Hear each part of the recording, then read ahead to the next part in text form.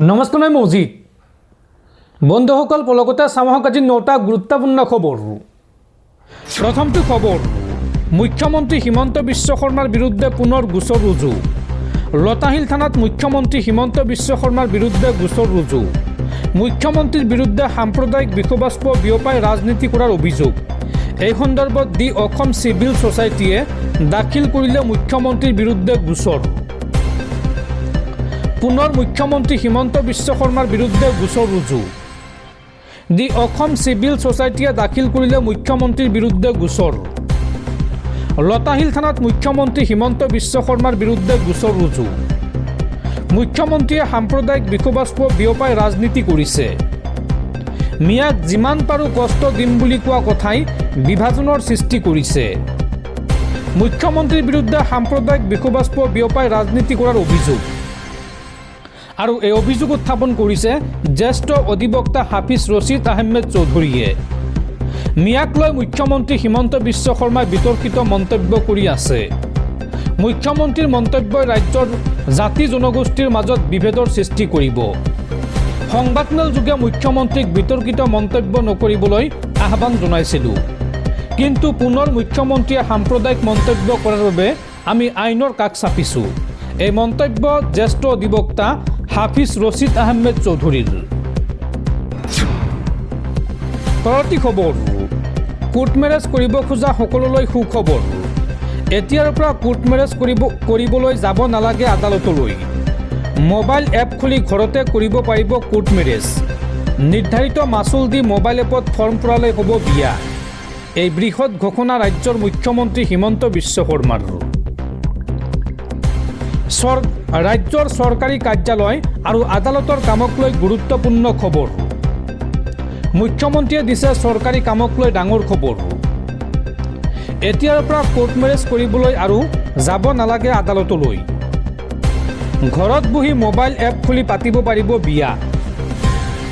ভিডিঅ'ত দণ্ডাধীশ উপস্থিত থাকি পাতি দিব বিয়া।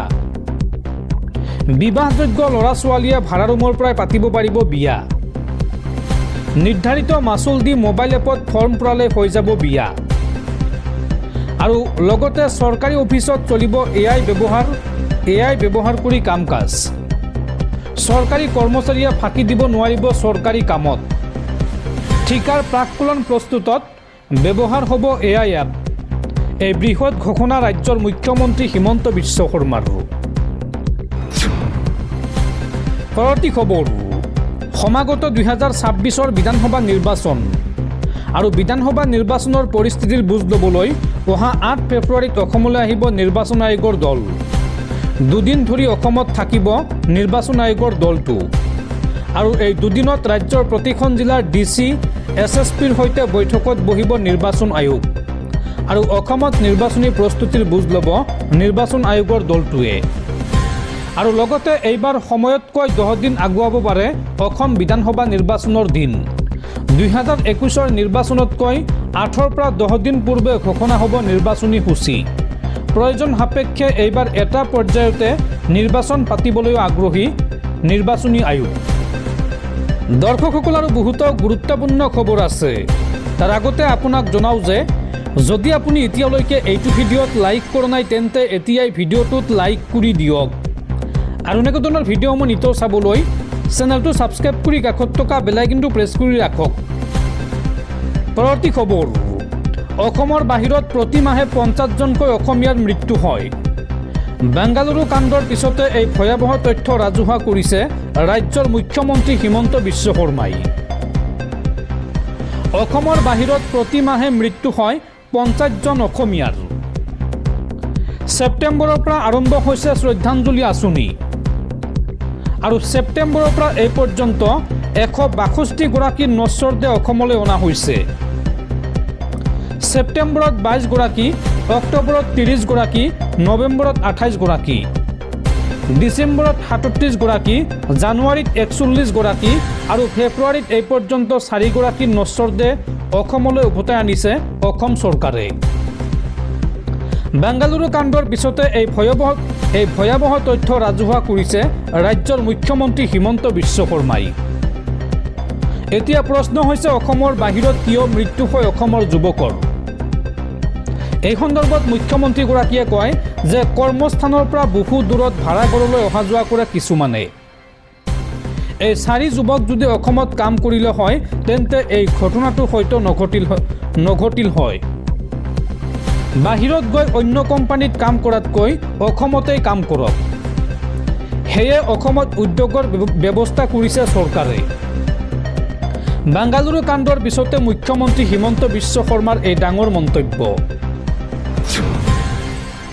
পৰৱৰ্তী খবৰ, 2026 বিধানসভা নিৰ্বাচনক লৈ প্ৰকাশ পালে ইণ্ডিয়া টুডে আৰু চি ভোটাৰৰ নিৰ্বাচনী সমীক্ষা। আৰু এই সমীক্ষা অনুসৰি এইবাৰ অসমত বিজেপি আৰু কংগ্ৰেছৰ মাজত হ'ব তীব্ৰ প্ৰতিদ্বন্দ্বিতা। এই সমীক্ষাত কি কোৱা হৈছে চাওঁ আহক। 2026 চনৰ জানুৱাৰী মাহত প্ৰকাশ পোৱা ইণ্ডিয়া টুডে আৰু চি ভোটাৰৰ মুড অৱ দ্য নেশ্যন সমীক্ষাই অসমৰ ৰাজনৈতিক পৰিৱেশৰ এক গুৰুত্বপূৰ্ণ ছবি দাঙি ধৰিছে। যদি আজি অসমত বিধানসভা নিৰ্বাচন অনুষ্ঠিত হয় তেন্তে বিজেপি নেতৃত্বাধীন মিত্ৰজোঁটে পুনৰ এবাৰ চৰকাৰ গঠন কৰাৰ সম্ভাৱনা আছে। আৰু এই সমীক্ষা অনুসৰি বিজেপি মিত্ৰজোঁটে 50.2% ভোট লাভ কৰি একক সংখ্যাগৰিষ্ঠ দল হিচাপে আত্মপ্ৰকাশ কৰাৰ পথত আগবাঢ়িছে। আনহাতে কংগ্ৰেছ দলে 44% ভোট লাভ কৰি ৰাজ্যখনত মুখ্য বিৰোধী শক্তি হিচাপে নিজৰ স্থিতি সুদৃঢ় কৰি ৰাখিছে। এইবাৰ নিৰ্বাচনী যুঁজখন মূলতঃ বিজেপি আৰু কংগ্ৰেছৰ মাজতে সীমাবদ্ধ থকাৰ সম্ভাৱনা দেখা গৈছে। সমীক্ষাটোত ভোটাৰসকলৰ ধৰ্মীয় আৰু সামাজিক সমীকৰণৰ এক স্পষ্ট বিভাজন পৰিলক্ষিত হৈছে। অসমৰ হিন্দু ভোটাৰসকলৰ মাজত বিজেপি মিত্ৰজোঁটৰ প্ৰতি অধিক আস্থা দেখিবলৈ পোৱা গৈছে। তথ্য অনুসৰি 67.1% হিন্দু ভোটাৰে বিজেপিক সমৰ্থন কৰিছে। আৰু ইয়াৰ বিপৰীতে কংগ্ৰেছ দল হিন্দু ভোটাৰৰ মাজত যথেষ্ট পিছ পৰি আছে। আনহাতে মুছলমান ভোটাৰসকলৰ ক্ষেত্ৰত ছবিখন সম্পূৰ্ণ ওলোটা। সমীক্ষাৰ মতে 78.5% মুছলমান ভোটাৰে কংগ্ৰেছক পচন্দ কৰাৰ বিপৰীতে মাত্ৰ 18.5% মুছলমান ভোটাৰেহে বিজেপিক সমৰ্থন আগবঢ়াইছে। অন্যান্য ধৰ্মীয় আৰু সামাজিক গোটসমূহৰ মাজতো বিজেপি মিত্ৰজোঁট 57.7% ভোটৰ সৈতে আগবাঢ়ি আছে। এই সমীক্ষাই অসমত আঞ্চলিক আৰু ক্ষুদ্ৰ ৰাজনৈতিক দলসমূহৰ ক্ৰমান্বয়ে হ্ৰাস পোৱা জনপ্ৰিয়তাৰ কথাও আঙুলিয়াই দিছে। ৰাজ্যখনৰ নিৰ্বাচনী মানচিত্ৰত এতিয়া অন্যান্য দলসমূহৰ বাবে মাত্ৰ 5.8%হে স্থান বাকী আছে।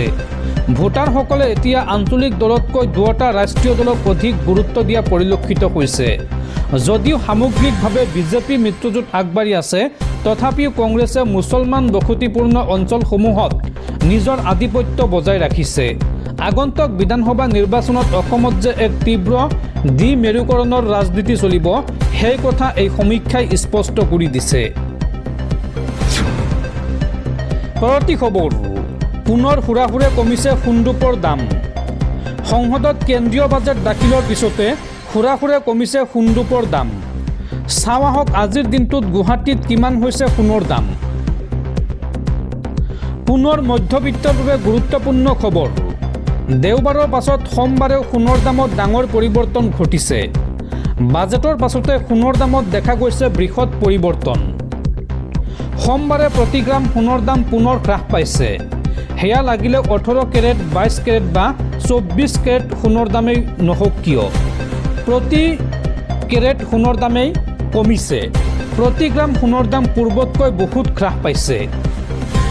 বিগত কেইবাদিনো ধৰি সোণৰ দামত তাৰতম্য হৈ থকা দেখা গৈছে। শেহতীয়াকৈ গুৱাহাটীৰ বজাৰতে সোণৰ দামক লৈ গ্ৰাহকসকলৰ মাজত বৃদ্ধি পাইছে উৎকণ্ঠা। হুৰাহুৰে যথেষ্ট বৃদ্ধি পাইছিল সোণৰ দাম। আৰু গুড ৰিটাৰ্ণছৰ তথ্য অনুসৰি গুৱাহাটীত আজি 24 কেৰেট প্ৰতি গ্ৰাম সোণৰ দাম হৈছে গৈ 14,717 টকা। আৰু গুৱাহাটীত আজি 24 কেৰেটৰ প্ৰতি গ্ৰাম সোণৰ দাম হ্ৰাস পাইছে 1,341 টকা। সেইদৰে গুৱাহাটীত আজি 22 কেৰেটৰ প্ৰতি গ্ৰাম সোণৰ দাম হৈছে গৈ 13,490 টকা। আৰু গুৱাহাটীত আজি 22 কেৰেটৰ প্ৰতি গ্ৰাম সোণৰ দাম হ্ৰাস পাইছে 1,230 টকা। ঠিক একেদৰে গুৱাহাটীত আজি 18 কেৰেটৰ প্ৰতি গ্ৰাম সোণৰ দাম হৈছে গৈ 11,038 টকা। আৰু গুৱাহাটীত আজি 18 কেৰেটৰ প্ৰতি গ্ৰাম সোণৰ দাম হ্ৰাস পাইছে 1006 টকাকৈ। পৰৱৰ্তী খবৰ, 3 মাহৰ ভিতৰত গাদী হেৰুৱাব মুখ্যমন্ত্ৰী হিমন্ত বিশ্ব শৰ্মাই। মুখ্যমন্ত্ৰী হিমন্ত বিশ্ব শৰ্মাক ক্ষমতাচ্যুত কৰাৰ উপায় দিলে AIUDF প্ৰধান মৌলানা বদৰুদ্দিন আজমলে।